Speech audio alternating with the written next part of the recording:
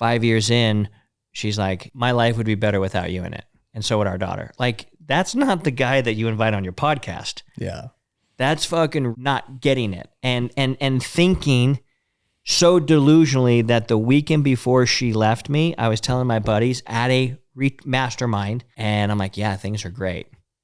Only to have her FaceTime me and be like, yo, I'm going to help you move into our house, but I'm not actually going to stay. Real business owner. Whatever your situation is currently is not your forever situation.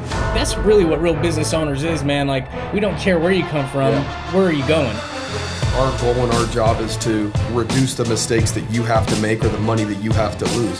You want to be an entrepreneur, you want to be successful, don't give up. You learn, adjust, and continue to move forward.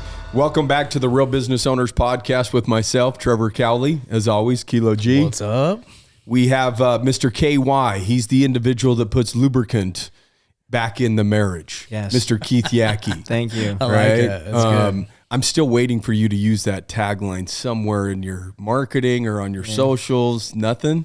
Well, you know, You were worried I trademarked it and you'd have to start paying me or what? Pretty much. Yeah. You know, I just want things to go smoothly.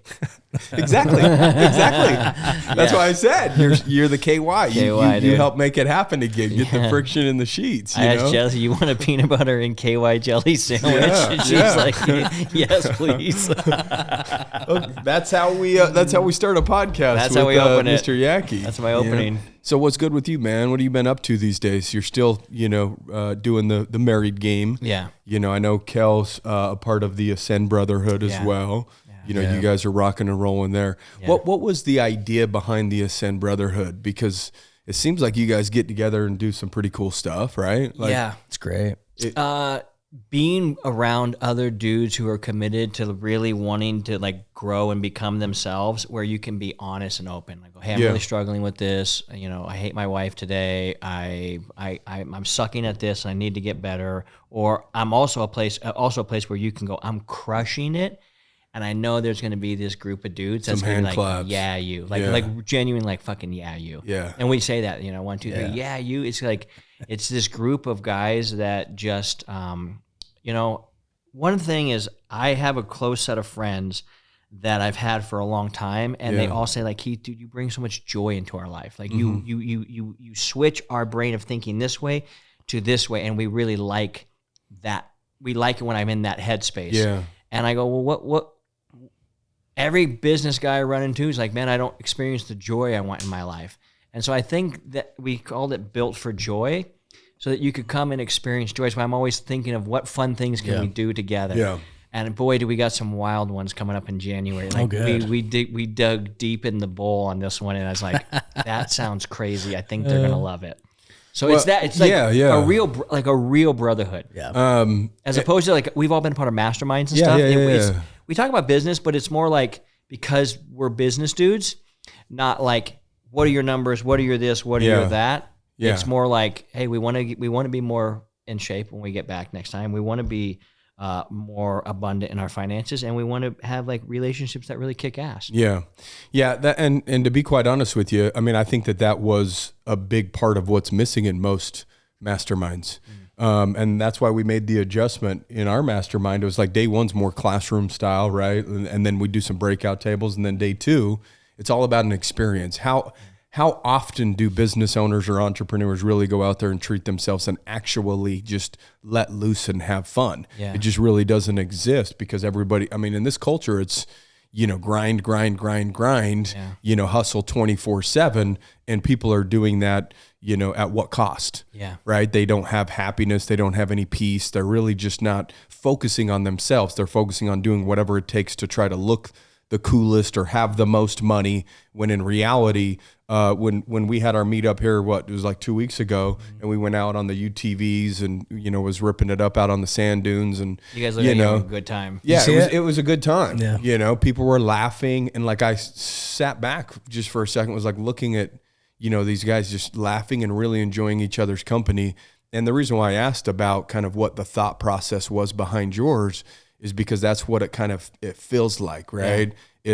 Is we're taking just maybe a page out of your book in that regard of, trying to bring joy back into people's lives and make them laugh and happy again, and utilize that for kind of our day 2, right? It's a tough balance because most people want to join a mastermind for the numbers. Yeah. Like, let's get richer. Yeah. I want to solve.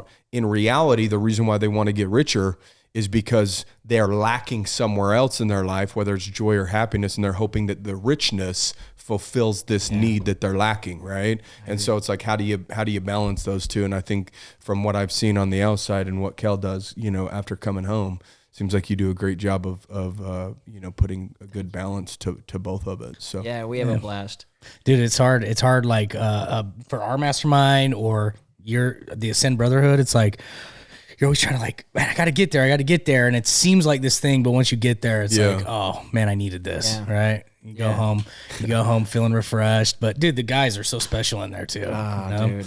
The way I reframed it in my brain was like, you're not investing in a group or a brotherhood. What you're investing is, you're saying, I'm investing in actually carving out time on my calendar to go experience joy. Yeah. It's like, it's just a down deposit for these next 6 dates on my calendar. I'm going to go experience what you just talked about. Like it's going to be tough to get there.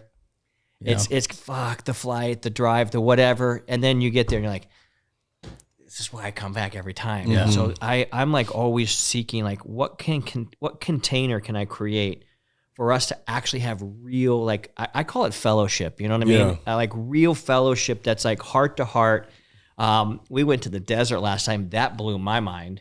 I'd never seen so many stars in my life. I feel like I genuinely met God out there, like in a very real way. I was like, okay, whatever all these books are writing about, they're trying to talk about this thing, this person that's hung all these stars. Because no matter where we end up sleeping under the stars. That's like cool. I didn't even sleep inside.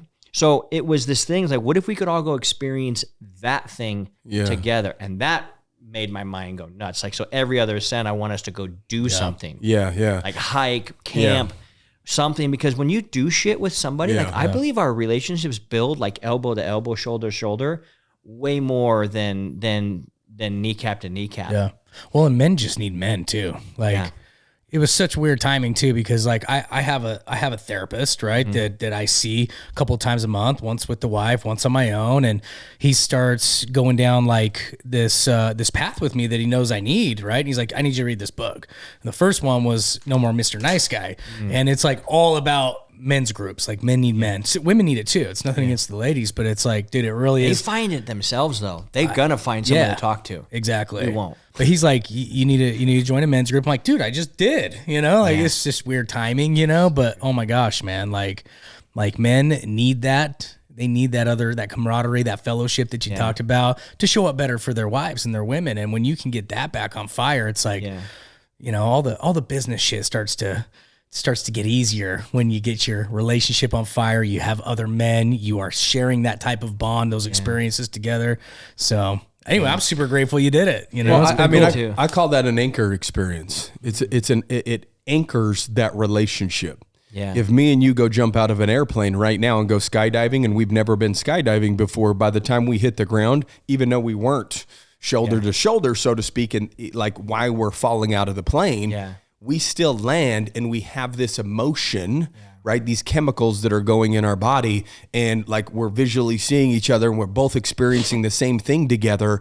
All of a sudden, together. We shit our pants together, right? And how many friends do you shit your pants with, right? And so that's called an anchor experience, right? Where you're anchoring that relationship through these various experiences that they don't have with anybody else. Right. So like when we do that, we did helicopter rides. We did the yacht in California. We did the UTV thing. So it's like trying to figure out just what you're talking about. How can we give this group of individuals an experience together that maybe they've never had or only had maybe once or twice to deepen the relationships? Because the power really isn't an individual like myself or Kale, or even you, it's in the group, right? You're facilitating something special to happen by bringing people together and creating the space for that, and then just kind of watching it happen, right? And so, and again, dude, I think that you're doing an amazing, Like I built it for me too. Yeah. Like I get giddy. I can't wait. We've got jerseys. I'm the guy that likes making us all jerseys and getting us. And we had a buddy of ours that fought in the bare knuckle fight, like us doing all that and being front row and seeing that, we were just losing our fucking mind. Yeah. Yeah, dude, it's been special. Just dudes being dudes with other dudes that they respect. Yeah. Really, you just catch so much. Like, those Yeah. things that are taught and things that are caught. I catch a lot from the guys there. I'm like, oh, okay, that's how he thinks about it. And it's just, sometimes it's the most subtle thing too. You're like, how did they approach? Like, I can give you an example that the guys always bring up to me. I always pay cash everywhere we go, wherever we go, to cut the line. I cut every line. You've seen me do it a million times. So there's this beach shack down the beach that we all go play spike ball. Yeah. We do the last time we did the medicine ball volleyball. Oh my gosh, we got to do that again. That was the craziest thing ever. But we go there, and the line in the summer it's like you'll wait 45 minutes. But we go there, and I just tap on the window. I know them now, and I just go, hey, and they meet me by the side door. I go, hey, I give them $100. And I go, there's another one at the end. Just make sure we get great service. We go and sit at a table. They come out, take our order. We're eating our order and finishing up by the time people are actually getting up to order. And people are like, hey, can you take our order? And they're like, no, just for these guys. Well, I did But that. we do it everywhere. I did that in New York. Yeah. God, what's that? You remember that show on VH1? It was like Lifestyles of the Rich and Famous or something like that, where they talked about like the most expensive desserts or this. Anyways, there was a spot in New York that my lady wanted to go to, but I had a terrible hangover and it was cold. It was the winter. I didn't want to stand in line, and so I did that. Yeah. I was like, I wonder if it'll work. I mean, this was years and years ago. It works. Yeah. Oh yeah. I was like, how long? And they're like, an hour. And so I pulled out some cash and I said, how long? And they said, hold on 1 second. Yeah. And he gets on his little microphone and goes, we have a salt and pepper out here. I'm like, so that's what it is a little salt and pepper you're making it. And he says, hold on just 1 sec. Within 5 minutes, we were in the restaurant sitting down. So that's a life hack right there. Is just, carry a little bit of cash and grease some pockets, Dude. $20 here, $20 there goes a long way. Right. Bro. Especially if you're entertaining a group, you're leading a community. Yeah. It's like, dude, Well, I don't want to nothing. sit. Raise your hand if you like sitting in line. Yeah. No one. Yeah. Dude, this happened. Okay, let me give some very practical advice for the listeners here. Always walk with a wad of cash in your pocket, because you should always have $500 to $1,000 in your pocket. I just doled out a bunch on my way here, so I only have like $300 or $400 on me right now. I was gonna say, You need a refill, we Mark? might, Yeah, I need a refill. Here, fill me up. We might check done that you for right me now. Yeah. Call you out. That's right. Stand up, Yeah. throw it on the table. That's right. We have. You know this. Yeah. So because like we've walked to like the rooftop bars in Newport Beach, and sometimes we have a reservation, sometimes we don't. But I never think that we need to, because listen, the person working that desk is maybe making $20 an hour. Yeah. So if you go, here's 5 hours of your wages Yeah. just to sit me there, and it doesn't ever not work. There's 3 negatives, so it must be true. Yeah. It always works almost every time, unless it doesn't. And then you go, okay, well, this wasn't meant to be. So like the life hack is you pull up to a valet anywhere and they go, you're full. You just give them a $20 bill. They'll be like, right this way. You go to a restaurant that's packed. You walk up with a $100 bill. I mean, you could probably start with a 20, 40, 60, but I always just start with nobody doesn't like Benjamin. Yeah, just It's crisp like, hundo. hey, here's our mutual family member. You hold on to him for the next 3 months, and I'm going to go. Cool. So I always say something clever, and it always works, because waiting in line, running experience, we don't like that. So if you want to be the man, which is a part of our married game system, like how to be the most attractive dude ever. Dude, every time I go and see these guys with their women in these long-ass lines, I just know that girl's going, Fuck. why aren't I with fucking Moneybags McGee over there? Yeah. And you don't have to have that much money to pull it off. Yeah, that's so true. Well, are you sure it's about the money bags, or was it the D-bulge? It could be both. Could be the big nutsack. Yeah, it could be the nutsack. I haven't had too many people walk in the office with shorter shorts and a massive bulge, but except for Mr. KY here. So I just talk about feeling small in your own spot. You know what I mean? So Well, I'm glad we hit on the Ascent Brotherhood, but that's like a pretty exclusive thing, right? Yeah. Like he doesn't just let any guy come into that. And he invited both Trev and I down originally, and I just knew that was where I needed to be.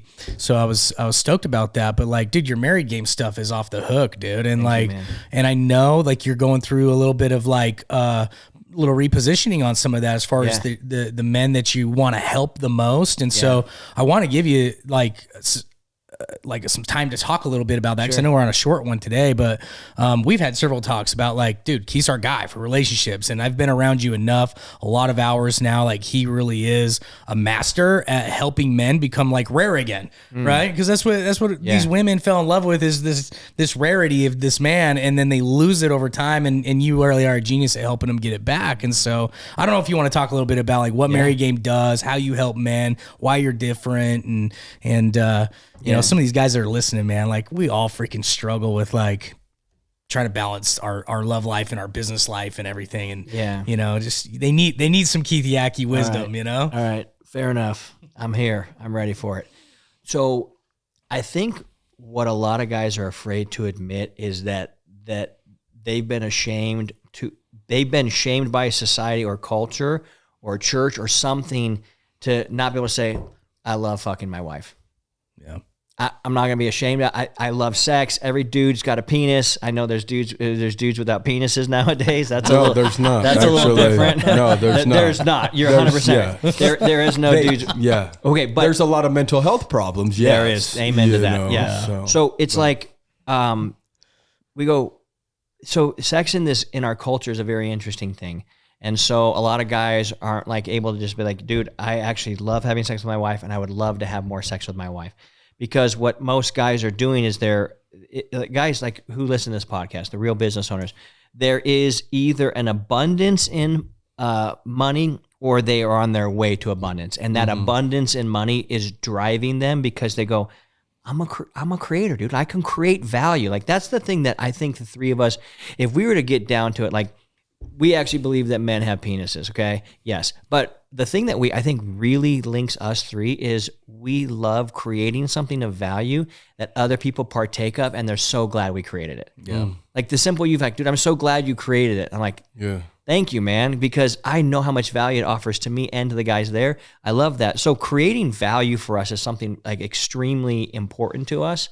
And when you go after creating value for so much, and then you come home and you feel like you're of no value, it is a real mind fuck. Oh, yeah. You're like, wait a second, I'm running the troops and leading them into the charge here, and I come home and it's like I punched a clock, and now I feel like this employee over here. How did that happen? And guys don't know what to do with it, and they feel ultimately trapped by that, or they see the result of that mostly when they go, hey, can we have sex? And they're like, no. And you're like, I'm not used to being rejected or denied. When I want something as a business owner, I can go get it. Yeah. And then it becomes this ultimate struggle. Like, well, man, I wish, and I said this about Jesse, I wish I found a girl that just loves sex. And I would call my best friend at the time, I think I married the wrong girl. Now, you guys know Jesse. You've heard Jesse. She was on your stage. Like Jesse's the coolest human being on planet Earth, and she loves sex a lot. It was me as a man that didn't understand how to unlock that and understand what it meant to really be a man that would pull that out of her. And so that's what Married Game has been. If you can go from, like I did, such a piece of shit that your wife leaves you, and I don't think I've actually talked as much about that. If we could like take 3 to 5 minutes, not necessarily this 3 to 5 minutes, but in the show, and like let people know how deep and dark it was for me, because you guys know, fucking General of Joy. Yeah. And I'm on the upswing where my wife loves me now, and things have been great for 7 years. But it wasn't that way. And so I think to paint a little context, and I haven't done it on very many podcasts, I don't even talk much about it for this reason. Not that I don't have a problem talking about it, but I go, does anybody really care? Like, I only want my story to be told in as much as it's effective for the listener to go, okay, I can now want to listen to this guy.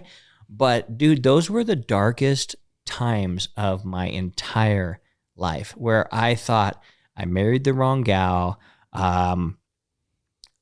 How this was now going to be my second divorce, my second marriage. I'm like, how did I make the same mistake twice? Yeah. What a fucking idiot. When I did get divorced from my first wife, it's because I cheated. So I was carrying around that guilt. My 3 young kids, it really rocked their world going through divorce at I think they were 5, 8 and maybe 10. Oh, the worst. I ages, know, yeah. dude. Yeah. And I felt, I carried so much guilt and shame around there. But I was like, bro, I'm stuck in this relationship. So I felt radically stuck in that marriage. I got out of that marriage, carried a lot of guilt and shame from that, only to meet, I went and had sex with hundreds of women because I had to prove something to myself that I was worthy in some weird way. And then I meet the girl that I'm like, oh, this is the girl I can't live without. And it's Jessie. And then 5 years in, she's like, bro, Yeah. dude, my life would be better without you in it. And so would our daughter. Like, that's not the guy that you invite on your podcast. Yeah. That's fucking retard, dude. That's like not getting it. And thinking so delusionally that the weekend before she left me, I was telling my buddies at a mastermind with like 300 badass dudes, like really badass dudes. And I'm like, yeah, things are great. Only to have her FaceTime me and be like, yo, I'm going to help you move into our house, but I'm not actually going to stay. So what was great? The delusion in my head that things were great. That's how delusional I was. I thought, wow, we're getting along, we're doing this. And she's like, So at that point, were your finances great? Was your health great? yeah, my health was great. My finances was, everything so was you were great. exercising, you're making money. Yes. And I wasn't in shape. lacking. Prioritizing her. Okay. Like even showing up for her. Yeah. She, and so that's why we talk about the 5 dials a lot, because those 5 dials are like the big 5, my 5 biggest mistakes. Do we want to talk about that here? Sure. Yeah. Absolutely. Okay, cool. So it was a dark time. As a guy who had sex with hundreds of women, I thought I understood attraction. I'm like, oh, I understand women. And I was right. I did understand women, but I didn't understand long-term attraction. I understood how to get them to sleep with me and to be like, oh my God, that was so fun. And then to be like, all right, see you later. We'll catch you in the next life. We're good.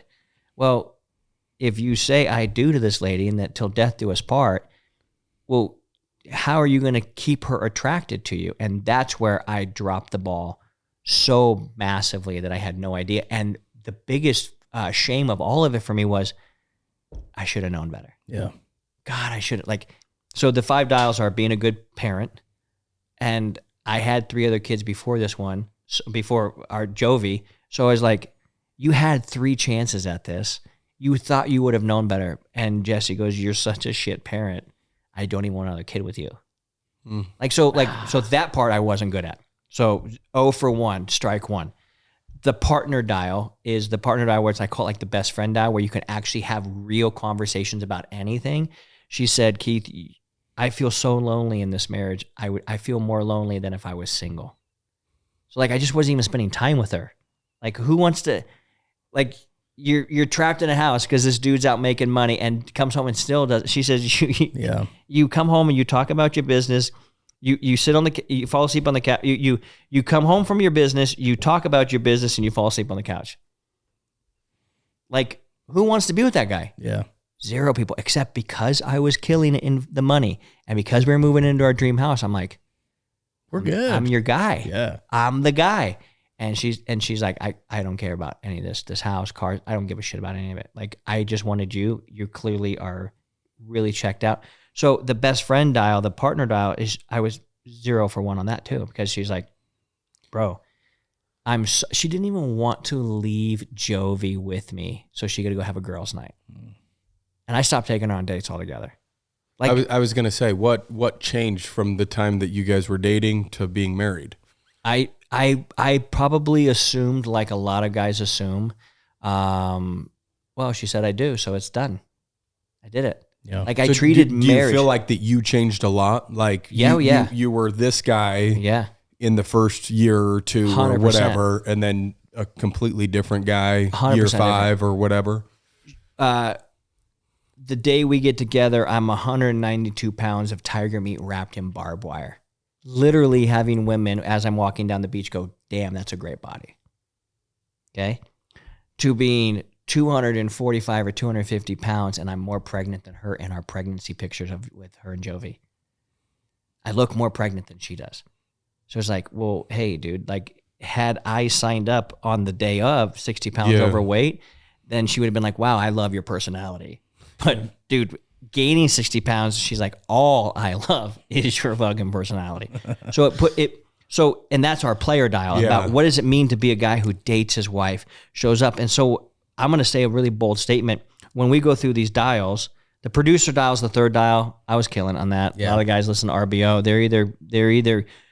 They are killing it. They know they should be killing it and they're being lazy about something, or they're on the road to reading every book and listening to every podcast in the world to become killing it. Because that's like, we are hunters like that, right? So I had that business was doing multiple 7 figures that year that she left me. So the fourth one is the player dial, and that is the being fun, being like a dater again. Yeah. Like you hey, you want to go on a date? Like actually plan things. I thought about you, like actually show up in the most attractive way, be the shape you were in when she met you. So it's not the bait and fucking switch thing. Because a lot of guys say that they're like, dude, she's no longer having sex with me. It's like, yeah, well, I know you want to do a lot more fucking, but you're not very fuckable. Well, here's, I'm interested to get your take on this one because this is one that I've heard before well, I'm really spending a lot of time like taking my health and my fitness seriously, right? And I'm getting pushback. Yeah. Do you have to do that every day? There's a member in our mastermind that's lost 60 pounds or whatever it is. It's 50, 60 pounds. He looks great. Yeah. But he will move his body daily, whether it's 20 minutes, whether it's an hour, right? So he doesn't have like a minimum requirement of an hour every day or whatever, but he's going to, whether it's a 2-mile run or, do some rows or whatever it is. And that's, something that he talked to me about. And he just said, like, look, dude, like I'm kind of starting to get flack. Like when I was 260 or 70 pounds, nobody gave me any flack. Like when our friends came over, it was all good. We would just laugh and now that I'm taking things a little bit more seriously and I'm committed to my health because I didn't feel good being 60 pounds overweight. Yeah. Now everyone's like, look at you, kind of doing they're poking at him a little bit, right? Almost like, oh, you look at you. Are you okay? You're so skinny. What's wrong with you? Are you, and like now there's kind of this gang mentality happening in the same environment that he was accepted when he was overweight. Yeah. And that's a whole new territory for him. And he was like, dude, it just doesn't even make sense to me. It's like, why the fuck didn't they come to me when I was 60 pounds overweight and saying, dude, you're fucking 60 pounds overweight. Yeah. What the fuck are you doing? You're letting yourself go. Yeah. Right. And so he's like so confused that finally he's feeling good and he's doing good. And the inner circle isn't really vibing with it. The spouse ain't really vibing with it because, he needs a new gang. If the gang starts teaming on you, up, you need a new gang. You need a new gang that's like, what the fuck? But what about like he's married to her? Well, one of them is his spouse, right? Dumper. No, I'm kidding. Yeah, maybe eventually, but not necessarily. My advice simply was like, dude, just keep showing up the way that you're showing up. Like you're showing up in a whole different way, and sometimes the tests that the universe or God brings to you are people that are closest to you to see how bad it is that you say that you want this thing that you say that you want. Yeah. Right. And so it's like, dude, you're going through a test right now. Just keep showing up that way and show them that this is the new you. Yeah. They might be like kind of testing you to see, are you really this person that you say that you are now? Because I've seen you go down this path a few times and then you fall back anyways. Yeah. So you've kind of made this invisible contract over here that you yo-yo back and forth, but that's not really you. You're going to come back to reality and you're going to gain your 50 or 60 pounds back. If you live like this for an extended period of time, they'll get to know that new invisible contract that they have with you, that they need to respect you for this 30 minutes or 60 minutes that you go do your thing for your own mental health. Because it's really more about mental health than it is just, tiger meat wrapped in barbed wire or whatever, right? I mean, that's cool too. But like the reason why we all should be moving our body is not necessarily be the next person to step on stage. It's just to feel good in our body and mind, right? Dude, it's our vehicle. Yeah. You mentioned something in there that I thought was really cool. People respecting you.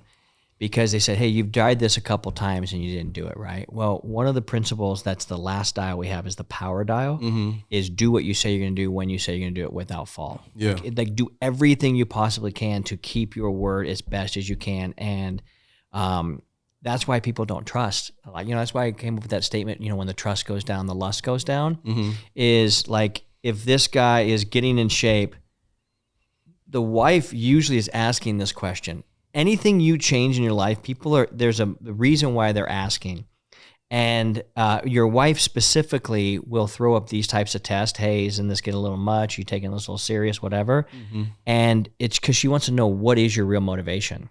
Are you doing this because this is the new you and we can trust that this is who you are from here on out? Or are you doing this to get something from me? And that's most times the reason why. So I teach a very specific guy. I teach entrepreneur dudes that are married, that most of them have kids, how to get their wife to want to have sex with them again. Because they're like, how can I have all this abundance in this area and total fucking scarcity in this area? And they're like, I'm a smart guy. Like most business owners are smart. They at least have a drive for freedom more than the next guy, right? Right. So they're like, I'm doing all these logical things. Take out the trash, do the dishes, like all the shit to hopefully get lucky. And then they're like, well, why didn't it work? And it's like, well, it's not, because it's the answer is you're not fighting a logical battle, you're fighting a psychological battle. And the psychological battle you're fighting is this new version of you real? Is it here as a giver versus somebody trying to get something as a taker? And number 3, dude, are you gonna change back? So like they're like, are you actually going to leave us? Because all of us said we were going to do what you're going to do, but you're actually the only one doing it. Yeah, that's why I genuinely meant that. Like he needs to find a new gang, and what I mean by that is have the mentality of I'm only going to put myself around people that support me and grow and cheer me on. That's why I love the Ascend so much, because it's like we're like whatever momentum you do moving forward, we're fucking cheering you on. Yeah. Well, what about just me going through my own shit with my marriage and, all the stuff. It's like, what about the possibility that, for example, his spouse is like, hey, like, I'm glad you're doing all this shit. She probably likes that he's getting in better shape and everything, but it's like, but why aren't you putting the effort in over here? Right? Like, why aren't you being spontaneous? Why aren't you connecting with me? Because I know that's what my wife cares and values way more than even being in phenomenal. She's not going to complain I'm in phenomenal shape, but she wants to connect. She wants me to take her on dates. She wants me to come up with spontaneous things and, be that rare guy that you talk about. You know what I mean? She wants that back. And so I think sometimes business owners, it's like, okay, I'm working on me. I'm working on my business all day. I come home and I'm just like brain dead. Yeah. And it's like, I can see business owners getting a lot of flack. We need to change the standard. Yeah. Let's talk to these business owners right now. You're not allowed to go home and say you're tired. Yeah. Like, what if that was the rule? I wouldn't show up to this podcast and be like, guys, dude, this is going to kind of fucking suck, but I'm exhausted. You would not believe how early I got up today.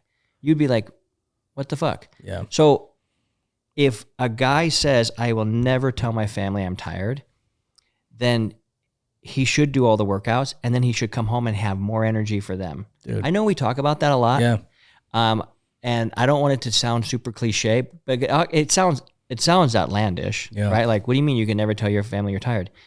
Well, you never tell your clients you're tired. You never tell your friends you're really tired. You're always up for the next thing. So like, why is it acceptable to tell them you're tired unless it's in the appropriate time to be tired? Yeah. Hey, motherfuckers, it's 8:17 p.m. Aren't we all exhausted?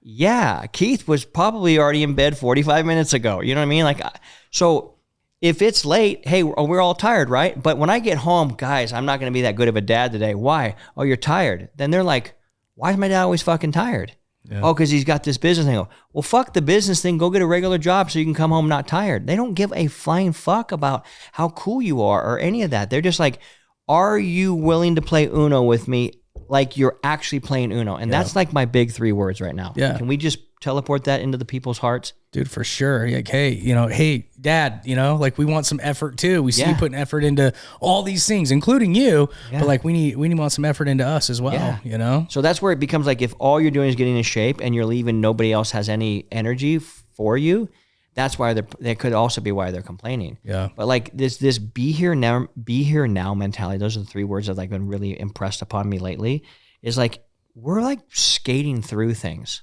as opposed to I want to be here right now. So have you guys played Clue, the game Clue? Yeah. I don't know. I can't remember that's it. the one with the flip down where you. No, that's Guess Who. Oh yeah, I'm thinking. I'm Guess trying to Who. remember if I've ever played Clue. I Clue's mean, I've like seen it, what but- room with what with the what weapon, who did the. It's like a who done it murder Yeah. game. That's Murder mystery. way over my head, bro. I think that's like 6+. And Yeah, it's 8+. 8+. I don't fuck with 8+. Yeah. Now, I do Uno. Okay. Trouble. Trouble. Yeah, of I love course. Trouble. Yeah. Sorry. And then the no, sorry, that's high level too. Candyland, I'll do. Yeah. And then Chutes and Ladders. the Twister. no, the one that you Guess Who. Guess Who? Yeah. You know, do they have glasses? Yeah. Do Yeah. they have black hair? You Yeah. know, no. So no. it's like So, being there and going like I'm literally right here with you guys. That's it. Yeah. I got something going on after this, but that doesn't matter right now. Like it's and presence, like true presence is actually living in the moment. So be here now means if I'm getting home and my rule is I won't be later than 5:20. Yeah. You know what I mean? So I'm always rolling in between 5:13 and 5:19 because it's just I don't like you've got to be here at a certain time. That drives me. If it's my schedule, I try and implant soul around everything because I like floating from one thing to the next thing and being excited about it. Not like I gotta hurry, I gotta rush. I don't like that. It's not my preferred way. So it's like, all right, we're gonna play Uno. I'm all in that presence of actually living in the moment. People go, oh, you're actually acting like you want to be here, which then says, this person values me. And when a wife feels valued, she's like, fuck, dude, so you gained 5 or 10 pounds. Who cares? I'm with a man that values me, that loves me. So like this ability to give your attention to a woman that you call your wife and to date her still and to love her and to show up for her and to actually put effort into her like you would on a first date if you're trying to fuck some hot chick. If you put that same amount of effort into your marriage, dude, 69 would be your favorite fucking number. Dude, it's so hard for business owners, but you master that. Like you're not going to get the flag for the extra work you're doing on yourself if you're present at home, you know, and the friend stuff. I mean, dude, you just outgrow your friends and stuff, you know, like you need a new crew, like you said, you know, but dude, I'll tell you, I know we got to wrap up soon. Like I know you've seen some of this with me and my wife, me and Kaylee, like, you know, we've been going through stuff and she told me, she's like, when it was time to renew with Ascent, she's like, you should do it. It's good for you. Cause she has seen a change, right? It's like, dude, I put all the screen time limits on my phone. I started coming up with ideas of date night. Call the babysitter myself. Hey, can you take the kids on Thursday night? Like I have a shipment of Wagyu beef coming in today and the sitter's taking them tomorrow and I'm just grilling her some fine A5 Japanese Wagyu at home, you know, making her a meal. Like, dude, and that shit, bro, like that just means the most to them. They want connection. They want fun. They want presence and your kids want presence. So I would say whoever homeboy is, I don't know who we're talking about, but if he masters that, dude, presence, he masters that. It's like you can work on you can work on the business and you're going to have all the support in the world at home. It's true. I guess the right response to him, you know, after this conversation probably should have been, okay, if you're changing in that area and you're growing and that's a positive thing in your life, your health, make sure you're growing in that other area as well by putting in the same type of effort that you're putting over here for yourself into that. So she says, oh, I'm linking the fact that he moves his body and he takes his health seriously with the fact that he also is stepping up over here in this area too in our relationship. And so you again combine those two things. So if you're changing over here, but you're also changing over here for the positive, now this thing that you're doing that you were questioned about at one point is no longer questioned because she's going to associate the fact that you being more healthy means you show up better in the relationship. You nailed it. That's exactly right. That's probably the appropriate answer. Or the appropriate question should have been is, well, are you sliding back over here and giving more over here? And if that's the case, if you're increasing here, increase over here so that those two actually become almost the same thing. Yeah. You know, this is a byproduct or a default of a better you ends up being better here as well. That's exactly right. So yeah, man. Yeah. Well, that's the whole thing about all of this is you can get your wife to unleash her inner slut if you become the leader and understand how to do that. And she wants it to be unleashed. No woman said, I can't wait to marry a dude, have everything become boring, and my vagina dry up. I never met one said that. I mean, there are nuns. Yeah, but they didn't sign But it. they didn't get married. Yeah, so the vow So is they simple. wouldn't be in the married The vows game. are simple, man. You know what I'm saying? So it's Yeah. like, dude, I've just figured this out by winning Jesse back. I've helped officially over 300 dudes who've come through our program get their wife to want to have sex with them again. Yeah. It's my gift. Some people walk through the world and they know how to hit a golf ball. Some people can build big businesses. For some reason, I just have X-ray vision in this thing called relationships, and it's always 95% the dude's fault. Always, every fucking time, every situation I get myself into, I'm like, God damn it, Jesse, the fuck is the matter with you? If I spend just 30 minutes with myself and mapping it all out, I go, well, looks like this one was on you as well, big boy.